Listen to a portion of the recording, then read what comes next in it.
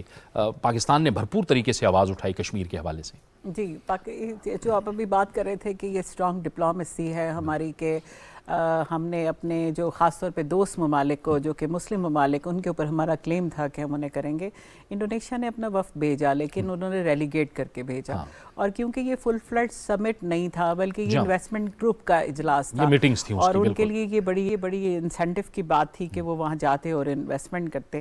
لیکن ٹرکی نے انہوں نے اپنے ڈاؤن گریڈ کیا اپنے جو لوگ تھے لوور لیول کے لوگوں. لیکن ٹرکی کا تو ہمیشہ بہت کلیئر سٹینڈ رہا ہے، اور جیسے جعفر صاحب نے مینشن کیا ہے کہ نیشنل UNGA میں کھڑے ہو کے جس طرح سے انہوں نے بات کی اور جس طرح سے فورسفلی آواز اٹھائی خاص طور پہ اسرائیل کے خلاف اور انڈیا کے خلاف، یہ کوئی معمولی بات نہیں ہے. کیونکہ اس وقت پاکستان کی سچویشن یہ تھی کہ ہمیں کوئی دوست نہیں مل رہا تھا کہ جو ہمیں اس طرح سے، کیونکہ وہاں پہ پرائم منسٹر مودی بھی موجود تھے اور ان کے سامنے بات کرنا ہیڈ آف دا اسٹیٹ کے لیے اتنا آسان نہیں تھا.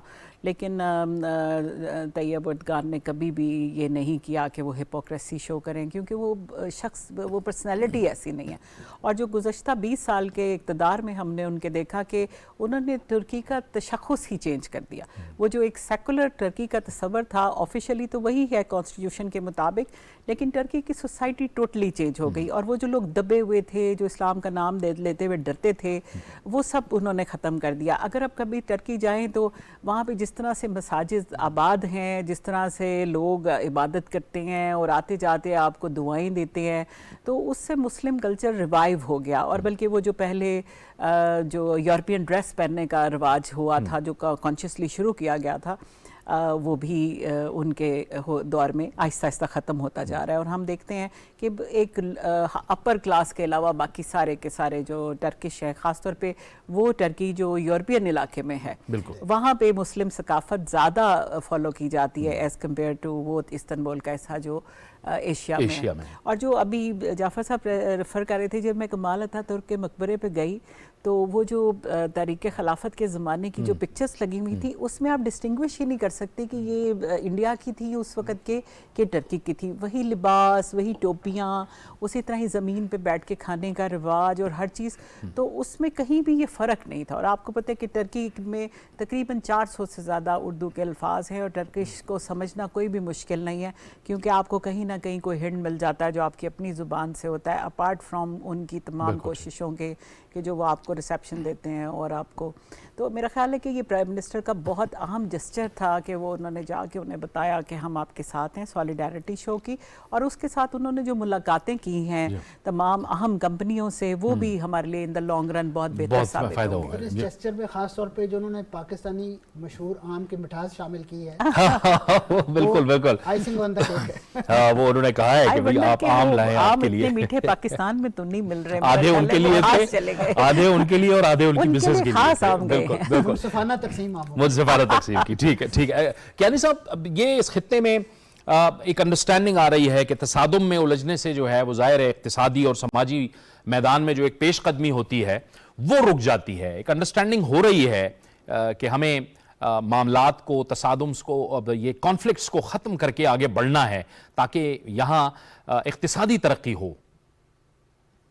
یہ دیکھیں جی، اس سے یہ جہاں پر وزیر اعظم صاحب ترکیہ گئے ہیں، یہ صدر اردگان کی جو ہے ری الیکٹ ہونا تھرڈ ٹائم، یہ بہت بڑا میسج ہے بہت سارے ملکوں کے لیے، مسلمان ملکوں کے لیے، ڈیولپنگ کنٹریز کے لیے، کہ اگر کوئی لیڈر کا جو ایم اور آبجیکٹو ہو کہ لوگوں کی بہتری کرنا، ڈیموکریٹک انسٹیٹیوشن کو مضبوط کرنا، نان ڈیموکریٹک ڈسپنسیشن کے خلاف رہنا، اور ملک کی ترقی کرنے کے لیے سٹیبلٹی جو ہے، ڈومیسٹک سٹیبلٹی کتنی ضروری ہے، یہ سب کچھ اگر آپ ترکی کو اس وقت ایردوغان صاحب کی حکومت میں دیکھیں، یہ جو ان کے ابھی 20 سال گزرے ہیں وہ اسی میں گزرے ہیں. تو یہ بہت بڑا میسج تھا، اور اسی کی میں سمجھتا ہوں وزیر اعظم صاحب ہمارے جو گئے ہیں وہ ایکنالجمنٹ ہے اس کی. یہ ہمارے لیے، پاکستان کے لیے میں سمجھتا ہوں بہت بڑا میسج، اور ایسے مسلمان ملکوں کے لیے کہ اکنامک انڈیپینڈنس ہوگی تو پھر وہ ملک جو ہے اس کا ایک رول بھی ہوگا.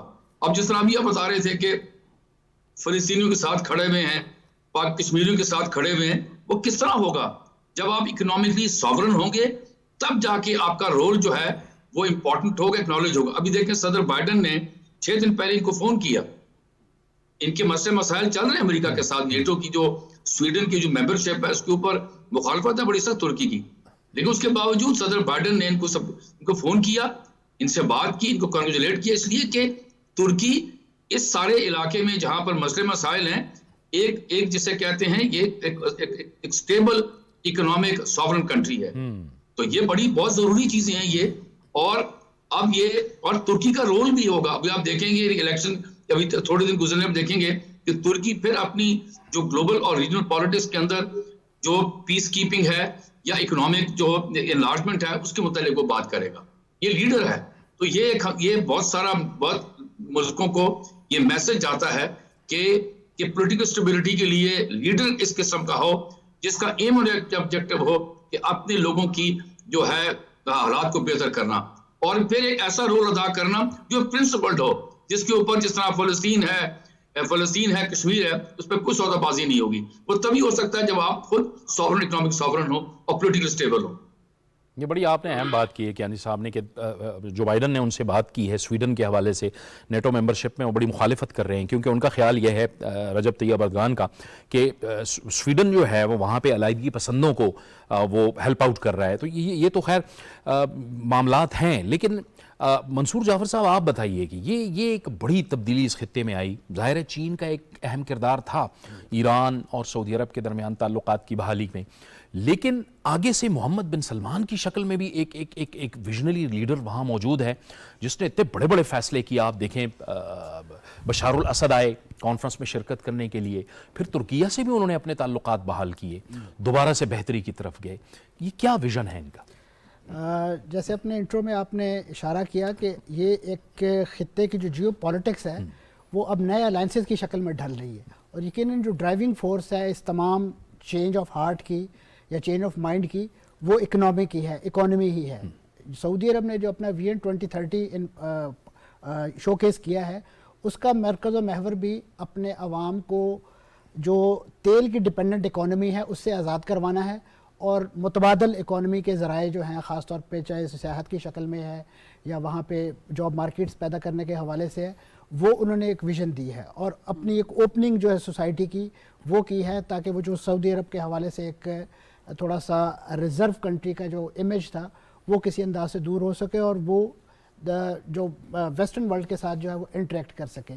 اور اسی طریقے سے جو شام کے اندر جو تبدیلی آئی، اور اسی طریقے سے جس انداز سے ایران اور سعودی عرب کے تعلقات جو ہیں ان میں ایک ہمیں بہتری نظر آئی، میں سمجھتا ہوں یہ ایک ماضی میں امریکہ نے جس انداز سے اس خطے کو اپنے چنگل میں پھنسا رکھا تھا اور انہیں ایک دوسرے کے خلاف ایک ہویکس پیدا کر کے، ایک ہوا کھڑا کر کے، ڈراوا دے کے، دھمکا کر، جتنا بھی جو اپنا ڈیفنس کے معاہدے ہیں ان کے ساتھ جو اسلحے کی فروخت ہے ان کو، یعنی آپ دیکھیے کہ عراق جب یہ پچھلے دنوں سعودی عرب کے ریفائنریز پر اٹیک کیے گئے تو سعودی عرب نے وہاں اپنا جو پیٹریاٹ میزائلز کا جو سسٹم انسٹال کر رکھا تھا وہ ٹوٹلی فیل ہو گیا. وہ ساری کی ساری ان کے ریفائنریز میں جا کے گرے ہیں اور ان کو بڑا نقصان ہوا، جس کی وجہ سے انٹرنیشنل مارکیٹ میں تیل کی سپلائی رک گئی، اور یہ سعودی عرب کی تاریخ میں پہلی بار ایسا ہوا کہ وہاں سے سپلائی انٹرنیشنل مارکیٹ کو بند ہو گئی. تو اسی طریقے سے ماضی میں جس طریقے سے ٹرمپ دور میں اور پھر اس کے بعد بائیڈن دور میں جو سعودی عرب کو احساس ہوا کہ ہمیں ایک لحاظ سے امریکہ جو ہے وہ ڈچ کر رہا ہے، تو انہوں نے بھی خطے میں یقیناً اپنے نئے اتحادی جو ہیں وہ تلاش کرنے شروع کیے، اور یعنی آپ کہہ سکتے ہیں کہ یہ کوئی اوور نائٹ ڈیولپمنٹ نہیں ہے ایران کے ساتھ ان کا پیچ اپ. یہ پچھلے 10 ماہ سے تقریباً بیک اینڈ پہ یہ ڈپلومیسی چل رہی تھی. بالکل. اور یہ ایک جو سرپرائز ہمیں جو دیکھنے کو ملا کہ جب سعودی وفد جو ہے وہ ایران پہنچا اور وہاں جا کے اس طرح کے پلیزنٹ چیزیں ایکسچینج ہوئی کہ جی ہم نے یہاں ایران تک پہنچنے کے لیے 10 سال کا سفر طے کیا ہے. حالانکہ ریاض سے جو براہ راست پرواز ہے تہران کی وہ صرف 2 گھنٹے کی ہے. تو اس نوعیت کی جو چیزیں ہیں میں سمجھتا ہوں کہ یہ خطے کے جو ممالک ہیں خاص طور پہ یہ دونوں ملک کہ انہیں اندازہ ہو رہا تھا اب سعودی عرب کو اگر اپنا تیل ہی چین کو چاہیے اور وہ پوری دنیا سے گھما پھرا کے آتا ہے تو اگر یہ پیچ اپ ہوا ہے تو اس کے نتیجے میں یقیناً چین کی جو اکانومی ہے اس کی جو توانائی کی ضرورتیں ہیں وہ براہ راست خطے سے پوری ہوں گی. اور اس کا جو فال آؤٹ ہے جو اس کا جو امپیکٹ ہے جو پازیٹیو امپیکٹ ہے یقیناً اس کے ہم بھی بینیفیشری ہیں. ریسنٹلی جب ابھی وزیر اعظم صاحب تہران سرحد پہ انہوں نے ایک مارکیٹ کا افتتاح کیا اور اسی طریقے سے وہاں پہ جو ایک اوپننگ پیدا ہوئی اور خاص طور پہ جو وہاں سے گیس سپلائی لائن یا جس انداز سے وہاں سے تیل کی ایک لحاظ سے بھی سمگلنگ ہوتی ہے لیکن اس سارے پروسیس کو ریگولرائز کرنے کے حوالے سے دیکھیں اگر بھارت جو ہے وہ روس سے تیل خرید سکتا ہے اور امریکی پابندیوں کو تج کے خرید سکتا ہے تو ایسے میں پاکستان میں کیا امر مانے ہیں. ایران پر ایک عرصے سے امریکہ نے پابندیاں لگا رہی ہیں. ایران بھی تو سروائیو کر رہا ہے. تو ایسے میں ہمیں اپنی جو اس وقت جو پولیٹیکل لیڈرشپ ہے اسے اپنا تھوڑا سا میٹل دکھانا ہوگا, اسے اپنا آپ ثابت کرنا ہوگا. اور یقیناً بات وہی ہے گھوم پھر کر کہ جب آپ اکنامکلی اسٹرانگ ہو گئے تو یقیناً آپ اس طرح کی عالمی طاقتوں کے حوالے سے جس طریقے سے ابھی ہم ہر وقت IMF کی طرف دیکھتے ہیں یا دیگر ڈونر ایجنسیز کی طرف دیکھتے ہیں, اگر ہمارا یہ پہلو اسٹرانگ ہو جائے تو پھر آپ یہاں پہ ایک نیا ترکیہ ایک نیا طیب ایردوان جو ہے یعنی ہم اپنے مفادات کو عالمی مفادات کے ساتھ بھی ہم آہنگ کر لیں اور پھر یہ جو گزشتہ دنوں ہوا جو بارڈر پہ مارکیٹ کا افتتاح ہوا اس سے ایک تو وہ سمگلنگ کا عنصر بھی کم ہوگا اور جو ٹینشن ہے بارڈر پہ جو ہمارے ایک دوسرے سے گلے شکوے ہیں ان گلے شکووں کو بھی ختم کرنے میں مدد ملے گی. ایک ریگولائزیشن آف کاروبار ہوگا. ڈاکٹر صاحبہ جی اس میں تو ایران کو ہم سے سب سے بڑی شکایت یہ ہے نا کہ ہم ایران گیس پائپ لائن کو آگے نہیں بڑھا رہے, اس پہ وہ ہمارے اوپر جرمانہ بھی لگا رہے ہیں جو کہ انٹرنیشنل لاء کے تحت بنتا ہے. تو پاکستان کے لیے تو یہ بڑی بلیسنگ ان ڈسگائز ہے. دیکھیں آپ کے لیے اپنے فارن ریلیشنز بیلنس کرنا بڑا مشکل تھا. ایران آپ کا ہمسایہ ہے, آپ کا اتنا لمبا بارڈر شیئرنگ ہے, آپ کے ٹریڈیشنل ٹائز ہیں ان کے ساتھ, آپ کے ہاں ایک بڑی جو ہے سیکٹ موجود ہے, ان کے فالوورز موجود ہیں, اور دوسری طرف سعودی عربیہ ہے جس کے بغیر آپ سروائیو ہی نہیں کر سکتے. تو پاکستان کے لیے تو ایک بلیسنگ ان ڈسگائز ہے کہ اگر آپ گلف سے جیسے سر نے بتایا کہ 2 گھنٹے کا سفر ہے اور گلف کو ویسے بھی کراس کریں تو کوئی بھی ایک دن سے زیادہ بھی نہیں لگتا, تو اس سے آگے ایک پوری چین ہے. اور یہ اگر آپ کو یاد ہو کہ 90s میں یہ خواب دیکھا گیا تھا کہ ایک وہ EEC بنے گی, ECO بنے گی, ECO RCD کو ECO میں تبدیل کر دیا جائے گا اور یہ پوری ایک بیلٹ ہوگی جو کہ مسلم امہ کی ہوگی آگے سینٹرل ایشین سٹیٹس تک. لیکن اگین وہی بات ہے کہ یہ سب اس وقت ہوگا جب ہم سٹیبلٹی لے کے آئیں گے پاکستان میں, پھر افغانستان میں, اور پھر ہم سینٹرل ایشیا تک پہنچ سکتے ہیں کیونکہ راستہ تو درمیان میں یہ ہے. اس وقت بہت ہی ایک وینری لیڈرشپ شو کی ہے MBS نے. اگر ان کو جتنا بھی کریڈٹ جائے, ہی از اے ینگ مین, اور اس کے ساتھ انہوں نے یہ دیکھا کہ ان سے بڑے شہزادے سعودی عربیہ سے چلے گئے اس لیے کہ وہ ایک خوبصورت لائف گزارنا چاہتے تھے, تو انہوں نے اپنے لوگوں کو وہاں یہ لائف دی. اپارٹ فرام کہ ان کا ویژن یہ ہے کہ جب آئل نہیں رہے گا تب بھی ہم اتنے ہی وائبل رہیں گے. اور یورپ میں اور مڈل ایسٹ میں فاصلہ ہی کتنا ہے, آپ دیکھیے کہ وہ کوئی بھی فاصلہ نہیں ہے. اور ابھی جس طرح انہوں نے سالیڈیرٹی شو کی ترکیہ کے ساتھ کہ ان نے $5 ارب فوراً ان کے بینک میں شفٹ کیا کہ وہ اپنی ریہیبلیٹیشن کر سکیں, that is another positive gesture. اس سے پہلے وہ خشوگی کے کیس پہ ان کے درمیان تھوڑی سی ٹینشن موجود تھی, اور اب اس وقت ٹرکی بھی ریوائول کی طرف ہے. آپ دیکھیے کہ ان کا وہ جو معاہدہ ختم ہو گیا ہے جو 100 سال کا تھا, تو اب باسفورس سے جتنی ٹریفکنگ ہوگی وہ اس کے اوپر ٹیکس لگا سکتے ہیں. تو جو ان کا اکنامک ڈاؤن فال نظر آ رہا تھا, جو ان کی کرنسی نیچے جا رہی تھی, وہ ود ان 5 ایئرز دوبارہ اس سے بہت بوسٹ کر جائے گی.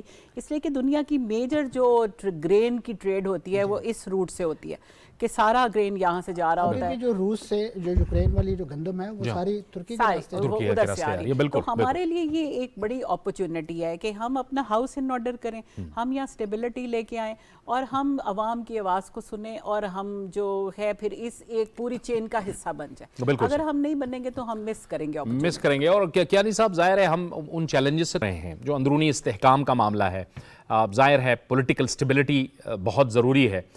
ہم خطے کی سٹیبلٹی کی تو بات کرتے ہیں, وہ بھی بہت ضروری ہے, لیکن پاکستان بحیثیت ملک ایک اندرونی سطح پہ بھی ہمیں ایک سیاسی استحکام کی ضرورت تو ہے نا. دیکھیں جی, بہت ہی ضروری ہے. اس وقت ابھی آپ بات کر رہے تھے نا جو ریجنل چینجز آ رہی ہیں, اس وقت دیکھنے کے قابل ہوگا. ابھی آپ دیکھیں کہ لیڈرشپ یہ ترکی کے صدر اور سعودی جو کراؤن پرنس ہیں, یہ ایک مین لیڈرز یہاں ریجن میں آئے ہیں. انہوں نے اب یہ موقع دیکھا ہے کہ جہاں پر پیچ اپ ہو گیا ایران کا سعودی عربیہ کے ساتھ, شام کا سعودی عربیہ کے ساتھ, کیونکہ شام میں جو انسٹیبلٹی ہے وہ ترکی کو بہت سخت اس کا امپیکٹ ہے. وہاں پر لاکھوں جناب ان کے جو ریفیوجیز وہ ترکی میں بیٹھے ہوئے ہیں. بہت بڑا مسئلہ ہے. یورپ نے ان کے ساتھ ایگریمنٹ کی بھی ہے کہ جی یہ جو ریفیوجیز ہیں ان کو یورپ نہ ڈالا جائے. خود ترکی کے لیے مسئلہ ہے. اب یہ یہاں اگر پاکستان میں جو ڈومیسٹک سٹیبلٹی آ جائے تو پھر یہ جس کے اوپر آپ کو پتا ہے کہ پازیٹیو جو شیڈو ہے وہ چائنا کا ہے. چائنا چاہتا ہے کہ یہ جو ملک سامنے ہیں سارے ہیں ان پر وہ کوئی اپنا وہ کیا کہتے ہیں دانسی زمانہ چاہتا, لیکن وہ چاہتا ہے کہ یہاں پر اکنامک ایکٹیویٹی ہو, اکنامک انلارجمنٹ ہو اور اس کو سب کو فائدہ پہنچے. دیکھیں نا پاکستان کی جیو پولیٹیکل لوکیشن ایسی ہے کہ ساؤتھ میں یہ آپ کا کیا نام یہ عربین سی ہے, سامنے سینٹرل ایشین ریپبلکس ہیں. افغانستان میں تو مسئلہ پتہ نہیں کب ٹھیک ہوگا, لیکن پاکستان کے اندر مسئلے جو پولیٹیکل سٹیبلٹی آئے گی تو اکنامک وائبرنسی ہوگی اور یہ سارے ملک ان سے فائدہ اٹھائیں گے. لیکن ہم امید کرتے ہیں کہ ہم جتنی سیاسی قوتیں پاکستان کے اندر ہیں وہ مل بیٹھیں اور یہ سوچیں کہ یار اتنی آبادی جو 24 کروڑ آبادی ہے, یہ اس کو کس نے, ان کے مسئلے کو کس نے حل کرنا ہے؟ وہ آپ نے خود کرنا ہے اور دوسرے ملکوں کی مدد سے کرنا ہے. امید کرتے ہیں کہ یہ ہمارے وزیر اعظم صاحب جو واپس آئے ہیں, جو میسج جو لے کر آئے ہیں, جو پڑھے لکھے لوگ, جو سمجھدار لوگ ہیں, جو لیڈرشپ ہے, ان کو سمجھنا چاہیے. میں آپ کو ایک چھوٹی مثال دوں. آپ نے بات کی تھی کہ ایران کے صدر جب بارڈر پر آئے تھے, کتنی بڑی یہ پاکستان کے لیے فارن پالیسی سکسیس تھی کہ اسی دن صدر پوٹین جو تھے, پوٹین وہ ایرانی لیڈرشپ سے مل رہے تھے, لیکن ایران کے صدر بارڈر پر آئے ہماری وزیر اعظم صاحب کو ملنے کے لیے. یہ ہماری اہمیت ہے, کاش ہم اس سے فائدہ اٹھا سکیں. لیکن آگے چل کے ہم اٹھا سکتے ہیں اس سے فائدہ اگر معاملات کو بہتری کی طرف لے جائیں اور میچور لیڈرشپ جو ہے وہ سٹیبلٹی کے حوالے سے فیصلہ کریں. گزشتہ ایک سال کے دوران جتنا یعنی آپ کو ایک وائبرنٹ آپ کا فارن آفس دکھائی دیتا ہے, دیگر اور کوئی ایسی وزارت نہیں ہے جو آپ کو اتنی وائبرنٹ دکھائی دیتی ہو. اور یہ پاکستان کی جو انٹرنیشنل ڈپلومیسی ہے اس کی سکسیس ہے کہ دنیا کے مختلف کیپٹلز میں آپ ایک بڑی تھورو قسم کی پریزنٹیشنز جو ہیں اپنی اکانومی کے حوالے سے, اپنے انٹرنل پولیٹیکل سچویشن کے حوالے سے وہ دے رہے ہیں, اور دنیا آپ کو سن بھی رہی ہے اور اس پر سر بھی دھن رہی ہے. بالکل ٹھیک. اور جو ہم دیکھ رہے ہیں کہ اس دوران پروپیگنڈے ہوئے ہیں ہیومن رائٹس کے حوالے سے, اور وہ فیک نیوز کی شکل میں پوری دنیا کے سامنے آئے ہیں, وہ بھی اب ہم دنیا کو بتا رہے ہیں. اور اب ایفیکٹولی ہم نے دنیا کو بتایا ہے کہ جو کچھ ہو رہا ہے وہ پاکستان کے اندر وہ بالکل قانون کے مطابق ہو رہا ہے اور آئین اور جو کانسٹیٹیوشن ہے اس کے مطابق ہو رہا ہے. کوئی بھی ایسی چیز نہیں ہو رہی ہے, اور یہ ہم بتا رہے ہیں. اسی وجہ سے ہم دیکھ رہے ہیں کہ وزیر خارجہ ہینا ربانی کھر بھی اس وقت جو ہے وہ ڈنمارک اور ان ممالک کے دورے پہ ہیں, تاکہ دنیا کو پتہ چلے کہ پاکستان جو ہے وہ ایک سٹیبل ملک ہے. اگر وہاں پہ سیاسی حالات بنتے ہیں تو وہ ایک اندرونی سیاسی حالات ہیں جس پہ قابو پانا وہ آئین اور قانون کے مطابق سب کچھ ہو رہا ہے. جی بالکل, اس کا تو سلوشن یہی ہے کہ جو آئین کو ہی نظر میں رکھا جائے اور سارے سلوشن آئین کے مطابق ہوں. اور میرا خیال ہے کہ پولیٹیکل فورسز جلد ہی یہ بات بیٹھ کے سیٹل کریں گی, اس لیے کہ اس کے علاوہ کسی کا بھی سروائیول نہیں ہے, نہ ہمارا عوام کا سروائیول ہے اور نہ ہی ہماری گورنمنٹ کا. اور فارن آفس جو بھی بتا رہا ہے وہ تو ظاہر ہے انہوں نے اپنی سٹیٹڈ پوزیشن بتانی ہی ہے, لیکن پاکستان کا مسئلہ اس سے زیادہ ہے, اس لیے کہ ہمارے امیج سے زیادہ ہماری گراؤنڈ ریالٹیز میٹر کرتی ہیں. تو میرا خیال ہے کہ سب جو اداروں کے لیے بھی اور سب جو ہمارے پولیٹیکل پارٹیز کے لیے بھی یہ میسج جاننا چاہیے کہ آپ نے اپنا ہاؤس ان آرڈر کرنا ہے، ورنہ ہم کمیونٹی آف نیشن میں کہیں سروائیو نہیں کریں گے. آپ کے آس پاس والوں نے سارے اپنے اختلافات ختم کر لیے جو کہ ہم سائے تھے، تو ہم تو گھر والے ہیں نا، ہم اپنے گھر میں بیٹھ کے اپنے مسائل کیوں نہیں حل کر سکتے؟ بالکل صحیح. یہ اس پورے پروسیس کے لیے کیانی صاحب اس خطے کے اندر آپ سمجھتے ہیں کہ اب بھی کچھ چیلنجز موجود ہیں؟ ہم دیکھتے تھے کہ امن و امان کے حوالے سے تو مسائل تھے، افغانستان کے ساتھ ہمارے تعلقات، وہاں سے وہاں کی سرزمین استعمال ہونا پاکستان کے خلاف، پھر ایک نیا تھریٹ جو تھا وہ داعش کی شکل میں موجود تھا. تو اس خطے کے اندر ہم نے اس سے پہلے بھی دیکھا بڑی پراکسیز بھی ہوئیں، چیلنجز اب بھی موجود ہیں؟ دیکھیں جی، اب چیلنجز بالکل ہیں. ابھی دیکھیں بڑی کامیابی ہماری وزارت خارجہ کی، کا نام فارن منسٹر بلاول بھٹو صاحب جو ہیں ان لیڈ کر رہے ہیں، ظاہر ہے پرائم منسٹر کی پیٹرنیج میں. یہ دیکھیں جو ابھی ڈسکشن ہوئی تھی ابھی کچھ عرصہ پہلے، جس میں افغانستان کے وزیر خارجہ بھی آئے اور چین کے بھی آئے، پاکستان کے آئے، اس کے اندر میسج صرف یہی تھا، بڑا امپورٹنٹ تھا، کہ افغانستان کی حکومت کو بتایا گیا کہ جناب آپ اپنے علاقے کو اجازت نہ دیں کہ وہ جو ٹیررسٹ وہاں چھپے ہوئے ہیں، ٹی ٹی پی کے اور دوسرے، وہ یہاں آتے ہیں، یہاں پر آ کے ہمارے جوانوں کو مارتے ہیں، اور پھر جو پولیٹیکل سٹیبلٹی کا جو بھی تھوڑی بہت ہم کرنا چاہتے ہیں وہ پھر وہ مسئلہ خراب ہو جاتا ہے، اس لیے کہ فوکس آپ کا ہٹ کے بارڈر تک چلا جاتا ہے. اندرونی جو سیاسی پارٹیوں میں اختلافات ہیں وہ اپنی جگہ پر، لیکن یہ سیکورٹی کا ایشو ہے. تو ریجنل چینجز جو آ رہی ہیں اس کے اندر بڑا ضروری ہے کہ ابھی میں نام لیتے کہ ابھی وزارت خارجہ کی کتنی کامیابی تھی. یہ وہاں پر گئے اپنے پرائم منسٹر صاحب، ظاہر ہے انہوں نے ترکی صدر کسی کے ساتھ ضرور بات کی ہوگی اس حالات میں. ہمارے وہاں پر جو سفیر ہیں ڈاکٹر جنید یوسف اور جو ان کی ٹیم ہے، بڑا کام کیا. لیکن جو میں ابھی یہ کہنا چاہتا ہوں کہ اب ہم یہ دیکھنا ہے ہم نے کہ جو ریجنل اپرچونٹیز اویلیبل ہو رہی ہیں اکنامک کانٹینٹ کے اندر، کیا اس کا ہم فائدہ اٹھا سکیں گے کہ نہیں. کیونکہ میں ابھی آپ کو بتا رہا ہوں سعودی عربی بھی چاہتا ہے کہ پاکستان انویسٹ کرے، ترکی بھی چاہے گا کہ انویسٹ کرے، ایران تو ابھی تیار ہو گیا آپ کے ساتھ دیکھیں جو ہیلپ کرنے کے لیے. لیکن یہ تینوں کے تینوں ملکوں کو ہمیں مایوس نہیں ان کو کرنا، کیونکہ اگر پولیٹیکل سٹیبلٹی ملک کے اندر نہ ہوئی، یہاں پر مسئلے مسائل ہوئے، بارڈر پہ مسئلے مسائل ہوئے، تو یہ پھر جو ایک اتنی بڑی اپرچونٹی ہمارے پاس آ رہی ہے وہ نہ ہمارے ہاتھ سے نکل جائے. کیونکہ اپرچونٹی انتظار نہیں کرتی. اگر ان ملکوں نے انویسٹمنٹ کرنی ہے تو وہ کسی اور جگہ لے جائیں گے اگر آپ تیار نہیں ہیں. تو امید کرتے ہیں کہ ہمارے میں وزڈم جو ہے نا وہ لیڈرشپ میں آئے اور وہ سوچے سمجھیں کہ ملک کی بہتری کس چیز میں ہے. بالکل درست کہہ رہے ہیں. اندرونی استحکام، سیاسی استحکام بہت ضروری ہے. بہت بہت شکریہ شاہد آپ کا، ڈاکٹر آمنہ محمود صاحبہ آپ کا، اور منصور جعفر صاحب آپ کا بھی بہت بہت شکریہ. آپ ہمارے ساتھ اس گفتگو میں شامل ہوئے. ایک بریک کا وقت ہوا چاہتا ہے، بریک لیں گے اور بریک کے بعد آپ کو بتائیں گے پاکستان کی معاشی صورتحال کے حوالے سے کچھ باتیں. ایک بریک کے بعد.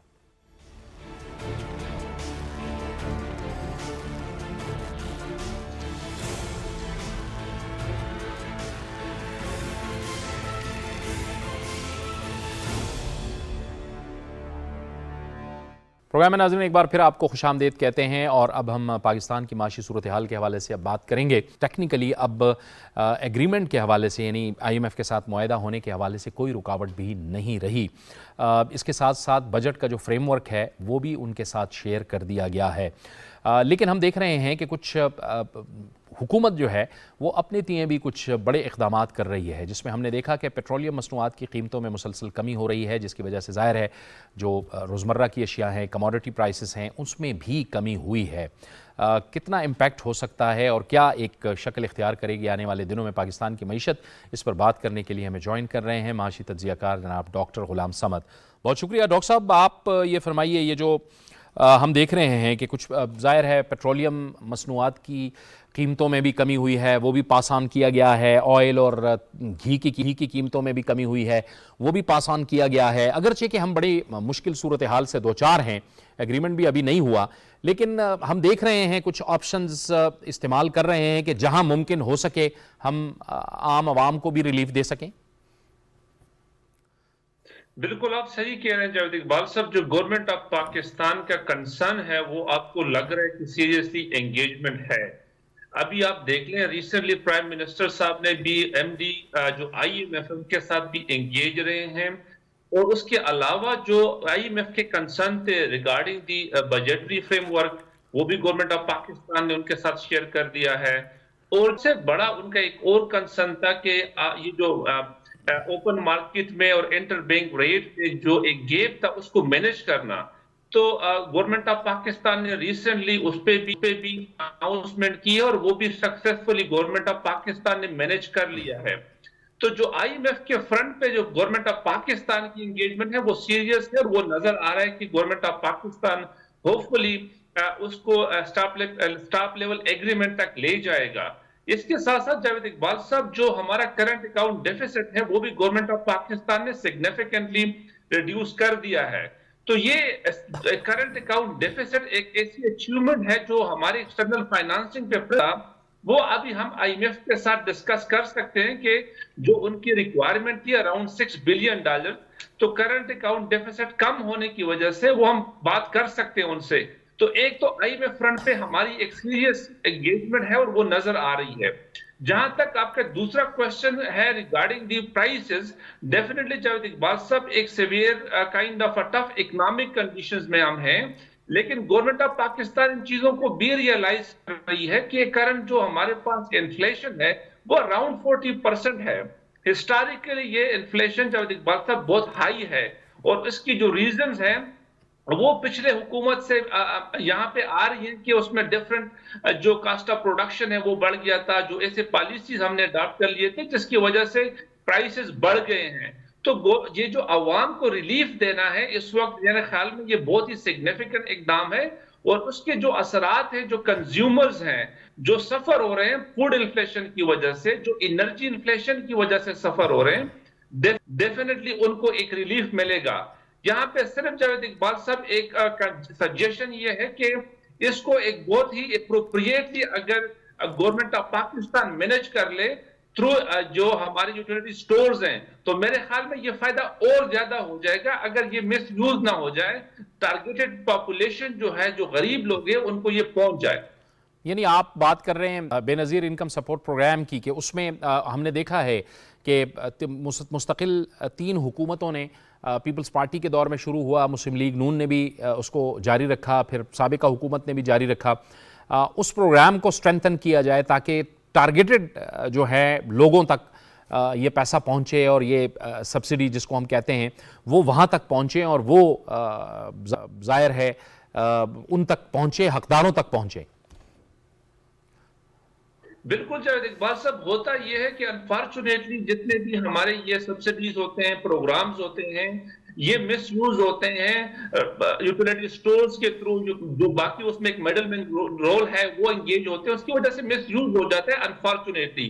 یہ اپروپریٹلی گورنمنٹ آف پاکستان اس کو مینج کر لیں، اس کو چلائیں تو یہ ریئلی ایک میرے خیال میں اس ٹائم پہ جس ٹائم پہ ہم سارے ایک فسکل کرنچ کی سچویشن سے گزر رہے ہیں اور یہاں پہ جب گورنمنٹ آف پاکستان اس طرح بینیفٹ دینا چاہ رہی ہے عوام کو، یہ پہنچنے چاہیے. یہ کنسرن ہے کہ یہ واقعی وہاں پہ گراؤنڈ کے جو لوگ ہیں جو وہاں پہ ایک آپ کہہ دیں کہ انفارچونیٹلی جو ٹارگیٹڈ پاپولیشن ہیں ان تک یہ پہنچنا چاہیے، نہ کہ جو rich segment of society in تک یہ پہنچ جائے. ڈاکٹر صاحب، ایک اور جو اہم فیصلہ کیا ہے حکومت پاکستان نے وہ یہ ہے کہ ایران کے ساتھ، روس کے ساتھ، افغانستان کے ساتھ بارٹر تجارت شروع کرنے کا فیصلہ کیا گیا ہے. آپ کے خیال میں یہ کتنا اہم ہے اور اس کی سگنیفیکنس کیا ہے؟ کیا ہم دیکھتے ہیں کہ یہ آنے والے دنوں میں پاکستان کی معیشت کے لیے اور ان تمام ملکوں کی معیشت کے لیے کتنا اہم ہوگا؟ اس میں آپ دیکھ لیں جب اقبال صاحب جتنے بھی یہ 4 کنٹریز ہیں، رشیا، چائنا، ایران، ٹرکی، ان کے پاس جو نیچرل ریسورسز ہیں وہ تقریباً گلوبل کے 60 to 70% نیچرل ریسورسز ہیں اور اس میں جو میجر آپ کے پاس ہیں وہ آئل اور گیس ریسورسز ہیں. ہمارا تقریباً پچھلے سال کا جو فیول پہ امپورٹ بل تھا وہ $22 بلین رہا ہے. تو جاوید اقبال صاحب ایک جو سب سے فائدہ ہمیں پہنچ سکتا ہے وہ جو امپورٹ بل ہیں ہمیں وہ ٹریمنڈسلی ریڈیوس ہو جائے گا. تو ایکسیس ٹو نیچر ریسورسز ہمیں یہاں سے مل جائے گی اور آپ دیکھ لیں کہ رشیا اور ایران کے پاس جو فیسیلیٹیز ہیں اس سے تو ہم بہت زیادہ فائدہ لے سکتے ہیں. تو ایک یہ ہے کہ نیچرل ریسورسز کی جو ایکسیسیبلٹی ہے وہ جاوید اقبال کا دوسرا جو بہت امپورٹنٹ پوائنٹ ہے وہ ٹریڈ انہانسمنٹ اور ٹریڈ کی ڈائیورسیفیکیشن ہوگی.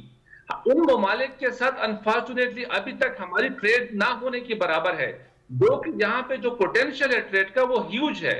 یہ جو اکانومیز ہیں یہ ایمرجنگ اور ابھی جو مڈل انکم کنٹریز اس رینج میں جا رہی ہے، تو ان کے ساتھ ہمیں ٹریڈ ڈائیورسفیکیشن اور انہانسمنٹ کا موقع ملے گا۔ اور میرے خیال میں جو کاسٹ ہوتی ہے ایکسپورٹ کی، خاص کر ایران کے ساتھ، کیونکہ وہ ایک بارڈر اکانومی ہے ہمارے، تو جب آپ ٹریڈ کرتے ہو بارڈر اکانومی کے ساتھ تو اوورآل کاسٹ آپ کو کم پڑتی ہے۔ اور تیسرا جو سگنیفیکنس ہے جاوید اقبال صاحب اس کا، یہ جو ہمارا گوادر پورٹ ہے اس کے لیے یہ ایک ریجنل ہب جب ڈکلیئر ہو جائے گا، آپ دیکھ لیں کرنٹلی چائنا پاکستان میں تقریباً $70 بلین کی انویسٹمنٹ کر رہا ہے تھرو سی پیک۔ چائنا جو ایران میں $400 بلین کی انویسٹمنٹ کر رہا ہے، وہ چابہار پورٹ اور باقی بھی انرجی کے جو پروڈکٹس ہیں اس کو ڈیولپ کر رہا ہے، اور رشیا کے ساتھ انہوں نے $250 بلین کی انویسٹمنٹ کی ہے۔ تو یہ ساری چیزیں جب ہم ملائیں گے تو خاص کر جو پاکستان اور گوادر کا جو رول ہوگا ریجنل انٹیگریشن کی انہانسمنٹ کے حوالے سے، تو بہت ہی سکسیسفل اقدام ہے۔ اور میں یہ دیکھ رہا ہوں کہ گورنمنٹ آف پاکستان اس کو جاوید اقبال صاحب گولڈن رنگ کہتے ہیں، اس گولڈن رنگ کو ہمیں انہانس کرنا پڑے گا۔ میرے خیال میں ہمیں دنیا میں کہیں اور جانے کی ضرورت نہیں پڑے گی۔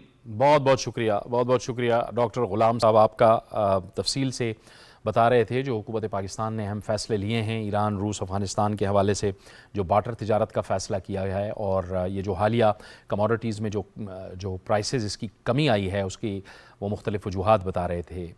یہ تھا ہمارا آج کا پروگرام۔ جاوید اقبال کو اجازت دیجیے، اللہ حافظ۔